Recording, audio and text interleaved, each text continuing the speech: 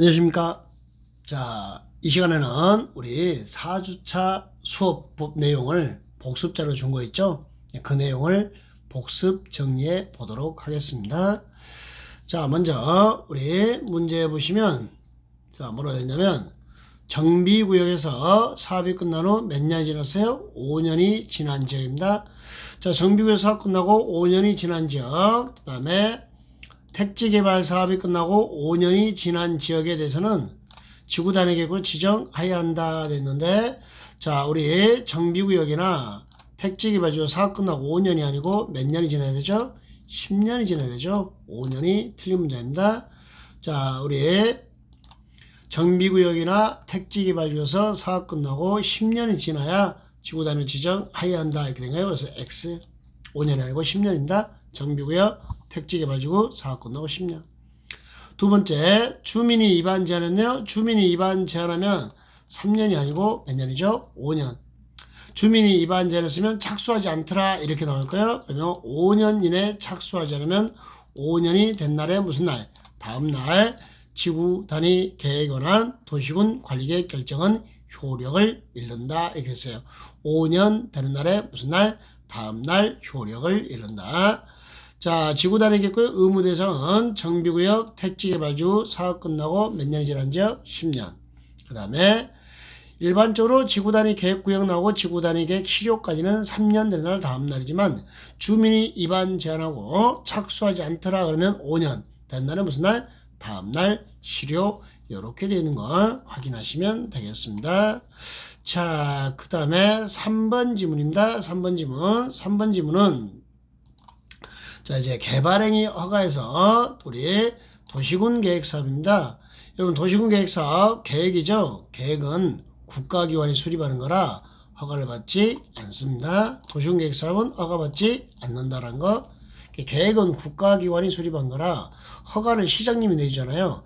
국가기관이 시장님한테 허가받으러 갈 일이 아니다? 아니다. 이렇게 알아두시고요. 4번은 자주 빈출되는 문제인데요. 경작을 위한 형질 변경입니다. 허가 안 받습니다.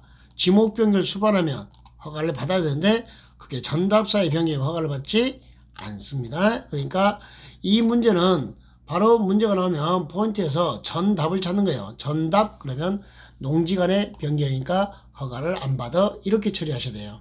아셨죠? 그래서 틀린 문장.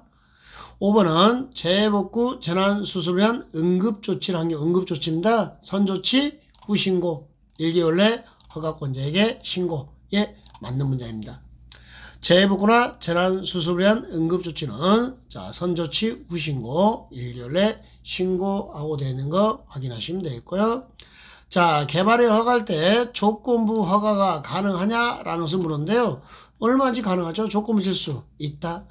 개발의 허가권자는 기반시설 설치 등을 할 것을 조건부로 허가할 수 있다. 없다. 틀렸죠? 조건부 허가할 수 있다.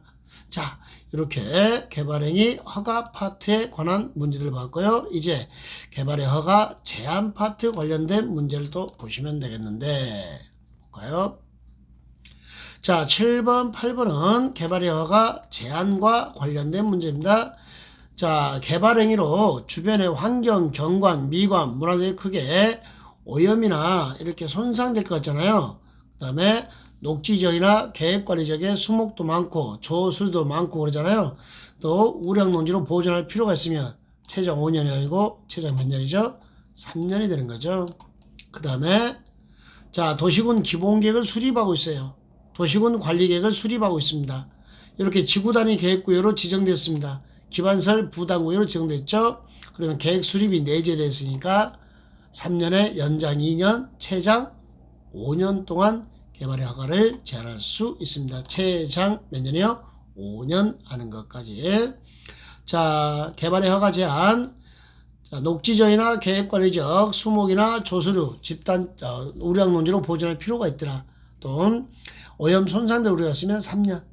도시군 기본계획, 도시군 관리계획, 지구단위 계획구역, 기반설 부담구역으로 지정된 지역은 최장 5년 하는 것까지 허가 제한 파트 정리하시고요. 자, 이제 개발 밀도 관리구역 나왔습니다. 자, 개발 밀도를 위해서 자, 향후 2년 내 학생 수가 학교 수능 능력을 20% 이상 초과할 걸로 예상되더라. 그러면 여기는 개발 밀도 관리구역으로 지정할 수 있다. 예, 정확하게 맞는 문장이죠. 개발 밀도 관리 지정 기준은 국토교통부 장관이 정하는데 그 판단 요소가 2년 20% 이렇게 됐습니다. 그래서 정확하게 옳은 문장이고 2번은 개발 밀도 관리구역에서 50%까지 강화되어 있죠. 그때는 건표율이 아니고 용적률 최대 한도에 50%까지 강화하죠. 개발 밀도 관리구역은 작게 지어라. 건표율이나 용적률을 강화합니다. 근데 50% 나올 때는요. 용적률 최대 한도에 50%까지 강화. 11번에 기반시설 부담구역과 개발 밀도 관리구역은 중복지정할 수 없습니다. 왜 그러냐면 이 기반시설 부담구역은 개발 밀도 관리구역 무슨 지역?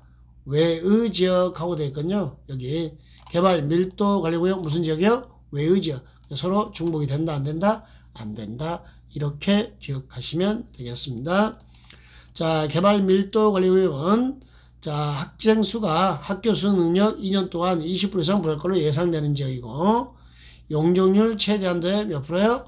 50% 이렇게 되어 있죠. 그 다음에 기반시설 부담구역과 개발 밀도 관리구역은 중복 지정이 안 된다라는 걸 요거 기억하시면 되겠고요. 자, 이제 기반시설 부담구역 나왔는데요. 기반시설 부담구역에서 대학은 설치 대상 기반시설에 해당하지 않습니다. 대학 틀렸고요. 기반시설 치병은 현금, 신용카드, 직불카드 납부를 원칙으로 하되 거기에 토지로 납부할 수 있다. 물납할 수 있다. 없다가 아니라 있다. 기반 설치가 필요로 인정되는 지역은요. 장래 개발 집중이 예상되는 지역입니다. 그러니까 해당 지역에 전년도 개발일 건수가 전년도 개발일 건수보다 20% 이상 증가합니다. 그러니까 규제가 완화되는 지역, 규제가 해제되는 지역, 개발일 건수나 인구 증가율이 20% 이상인 지역에 지정하여야 한다. 10%가 틀렸죠?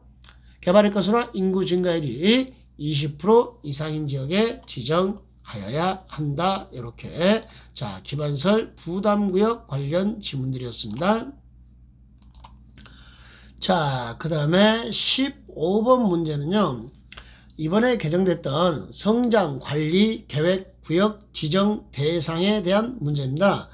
성장관리계획구역 지정 대상은 성장관리계획구역은 이렇게 했어요. 이번에 바뀌어가지고 녹지지역, 관리지역, 농림지역, 자연환경, 보전지역을 대상합니다. 성장관리 방안이 아니라 성장관리계획구역으로 이번에 바뀌었습니다.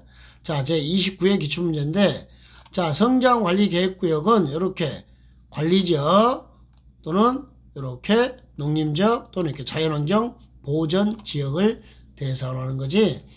여기 1번에는 주거지역은 시가와 영도죠. 여기는 대상이 아닙니다. 성장관리계획구역 대상은 개발 가능성이 있는 땅 중에서 녹지지역, 관리지역, 농림지역, 자연환경, 보전지역 주변 지역과 연계하여 체계적 관리가 필요한 녹관농자 개발 수요가 많아 물산 개발이 진행되는 녹관농자 자, 그 다음에 주변의 토지용 변화 등을 고려 향후에 시가화 예상되는 녹관농자 교통여건 변화로 향후 시가화 예상되는 녹관농자 그러니까 이 문제는 실제로 앞에 내용을 읽는 게 아니죠. 성장관리계획구역 지정 대상은 녹관농자야. 이 문제 나오면 답은 주거지역, 상업지역, 공업지역이야. 이러시면서 그냥 문제를 딱 예측하고 답을 준비하시면 될 것 같아요. 성장관리계획구역 지정 대상은 녹지지역이나 관리지역이나 농림지역이나 자연환경 보전지역이지 1번의 주거지역은 대상이 안 된다라는 걸 그거 확인하시면 되겠고요. 그 다음에 16번 문제입니다. 자, 우리 16번 문제는 개발의 허가 기준에 대해서 물어봤습니다. 실제 16번 문제는 시험장에서는 찍어야 되는 수준의 문제였습니다. 그런데 자, 여러분한테 하고 싶은 이야기가 있어서 해보는 겁니다. 개발행위 허가 기준에 해당하지 않는 것은 하고 시험장 나오는데요. 여러분 개발의 허가 기준은 주관적 기준이어야 되나요? 객관적 기준이어야 되나요? 객관적. 그러니까 객관적이면 대물적 기준이 되는 거지 허가 기준이 주관적이고 대인적 사람을 기준해서 사람의 능력을 가지고 따져서는 안 된다는 거죠. 그러니까 객관적 기준이어야 되는 거죠. 대물적인 거고 주관적이고 대인적인 게 아니라 1번처럼 보세요. 자금 조달 계획이 목적 사업의 실현에 적합해서 수립됐을 것. 자, 자금 조달입니다. 여러분 자금 조달, 돈을 어떻게 조달할 수 있냐라는 거잖아요. 아니, 돈을 조달할 능력이 있으면 집 짓고 조달할 능력이 없으면 집을 못 짓고, 이런 주관적 사정에 의해서 개발의 허가를 내줘서는 안 된다는 거죠. 여러분 이게 개발의 허가 기준이 A4 용지 5페이지입니다. 그걸 암기할 건 아닙니다. 근데 여기서 해주고 싶은 이야기가, 개발의 허가 기준은 주변의 경관과 조화를 이룰 것, 허가 규모에 적합할 것, 계획에 어긋나지 않아야 할 것, 토지용 확보 계획이 적절할 것, 이런 식으로 자 경관 계획이 적합할 것, 공유소변 매립 목적이 이 계획에 적합할 것, 자 임목 벌채가 수반되지 아니할 것, 도로 노비 기준에 적합할 것, 이런 객관적 기준이지 사람의 자금을 조달할 수 있는 능력, 그럼 돈 있는 사람만 집을 짓고 돈이 없는 사람은 집을 질 수 없다, 이런 판단 요소가 되어버리거든요. 그래서 우리 공법 전체에서 허가 기준에는 이런 주관적 사정, 자금 조달계, 이런 인적 능력은 판단 요소에 해당하지 않는다는 거, 요 이야기를 좀 해주고 싶어서 16번 문제를 소개시킨 겁니다. 개발행위 허가 기준은 주관적 사정은 고려하지 않고, 뭐 계획에 적합해라, 경관에 적합해라, 자 도로 너비에 적합해라, 임목의 벌채 등을 수반하지 않기는 객관적 기준이 나와야지, 자금 조달계에 관한 이런 주관적 기준은 나오지 않는다는 거. 그래서 정답은 1번인 문제였습니다. 좀 생각했으면 하고 하는 문제였고요. 자, 그 다음에 최근에 기출됐던 문제인데요. 자, 문제가 법이 개정돼서 좀 수정이 돼야 될 내용이에요. 자, 성장관리계획구역 지정에 대해서 문제를 물었습니다. 문제가 옳은 거 찾으라 됐네요. 자, 그러면 30일의 기출문제 약간 변형된 겁니다. 이번에 개정됐기 때문에. 기반설의 배치와 규모, 여러분 성장관리계획은요, 지구단위 계획 지침서의 내용이었고 그것의 연장선이기 때문에 지구단위 계획 내용과 거의 동일하다 보시면 돼요. 지구단위 계획의 기반설의 배치와 규모, 용도 제한, 건폐율, 용적률 높여가는 게 포함돼야 됐죠? 얘도 포함돼야 됩니다. 똑같은 원리로 갑니다. 옳은 거니까 기억번, 틀렸습니다. 그러면 자 문제에서 이런 문제를 제거형이라고 하는데요. 이런 기억번 들어가는 걸 다 제거버리세요. 자 기억번 들어가는 제거하면은 답은 그렇죠. 2번 아니면 4번입니다. 그런데 있잖아요. 우리가 2번에 니은번, 4번에 니은번, 니은번은 판단할 필요가 없습니다. 얘는 무조건 맞는 문장입니다. 왜? 양쪽에 이렇게 니은번, 2번, 4번에 다 니은번이 있거든요. 니은번은 판단할 필요가 없어요. 국토의 계획 및 이런 법률에 따른 58조에 따른 시가와 용도지역은 성장관리계획 지정 대상 지역이 아니다. 그렇죠? 녹지지역, 관리지역, 농림지역, 자연환경 보전지역입니다. 주거, 상업, 공업지원 대상이 안 됩니다. 그래서 이 니은번 맞는 문제예요. 디귿번 보세요. 계획관리지역에 경관계획을 포함한 성장관리계획 수립하잖아요. 성장관리계획 수립하면 건폐율은 10% 완화, 플러스 10. 용적률은 계획관리지역에 125%까지 완화합니다. 그럼 계획관리지역 건폐율이 40이었거든요. 그다음 플러스 10 하니까 50%까지 건폐율을 완화할 수 있습니다. 예, 맞는 문장. 계획관리지역이든 성장관리계획을 수립한 지역 있잖아요. 그 지역에서는 이렇게 성장관리계획, 계획관리나 생산관리나 녹지지역에 성장관리계획 수립하면 그 지역에 적용되는 건폐율에 플러스 10% 인센티브를 줍니다. 40%가 50% 됩니다. 하여 이 문제 답은 4번이 되는 겁니다. 이렇게 푸시면 돼요. 용적률은 125%까지 완화. 그러니까 기억번 하나 제거하는 순간 답은 둘 중에 하나예요. 그러니까 우리 니은번 보지 말고 디귿번 보고 답 나오면 끝내는 겁니다.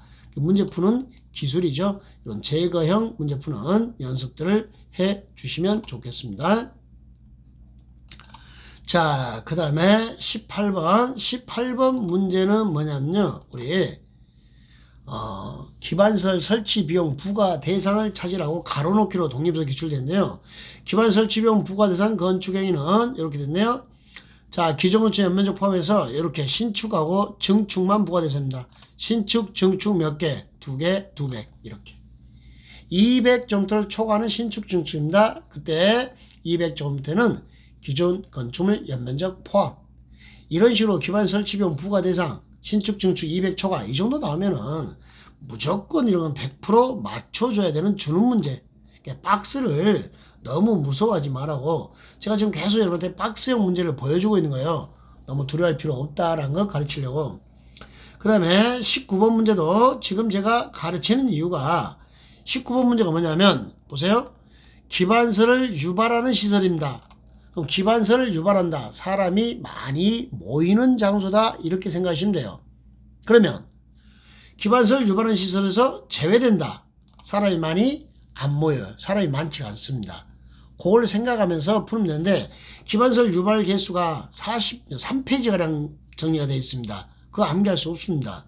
기반설 유발 시설에서 제외되는 사유가 한 3페이지 있는데 암기하는 거 아니에요. 그럼 이런 문제는 찍어야 되죠. 찍을 때 보세요.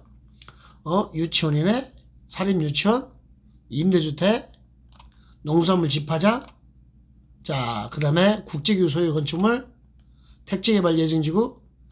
아무리 봐도 기반설 유발시설에서 제외한다. 사람이 적게 모이는 장소예요. 여기가 사람이 제일 적게 모이는 장소네요. 그래서 답이 3번이겠네요. 이렇게 찍는 거예요. 감으로. 유치원과 농산물 집화장이 약간 고민되겠지만 근데 여기서 함정이 여기 있었어요. 상업지역이라 이렇게 돼 있어요. 여러분 농수산물 유통 및 가공에 안전이 필요한 농수산물 집화장이 상업지역에 있으면요. 사람이 많이 모이는 지역이에요. 이거 제외하면 안 돼요. 이럴 때는 요거 기반설 유발 시설에 해당한다고 봐야 돼요. 상업지역은. 여기서 이제 장난친 건데 농수산물 집화장이 녹지적, 관리적, 농림적, 자연환경 보존 시골에 있으면 유발시설에서 제외할 텐데 요게 어디 있었으니까 상업지역에 있었으니까 기반설 유발 요소가 되는 겁니다. 유치원이나 임대주택, 국제기구 소유의 건축물이나 택지개발 예정지구 이런 데서는 자 지구 단위에 수립하고 그러면 기반설 유발시설에서 제외를 해주는데 그에 해당하지 않는 것 찾으라 했잖아요. 제외되는 시설인데 그에 해당하지 않는 것은 농수산물 집화장도 분명히 기반설 유발시설에서 제외되는 시설이에요. 그런데 그게 어디 있으면 상업지역에 있으면 이렇게 뭐되라? 기반설 유발시설에 해당한다는 겁니다. 그러니까 19번 같은 경우는 실제로 여러분들이 풀 수 있는 문제는 아니었어요. 틀리라고 내는 문제였는데 두 문제 정도 올해 국토개표 10개에서 2문제 정도가 틀리라고 냈어요.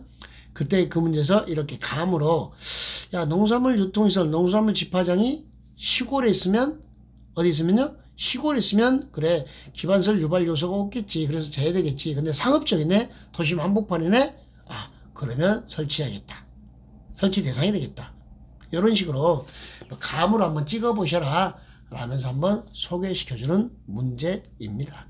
아셨죠? 이렇게 틀리라고 나오는 문제가 있다는 것도 한번 보셨으면 해서 보여줬습니다. 자, 오늘은 여기서 마무리 짓도록 하겠습니다. 복습 다시 한번 정확하게 해주시면 좋겠습니다. 예, 수고하셨습니다.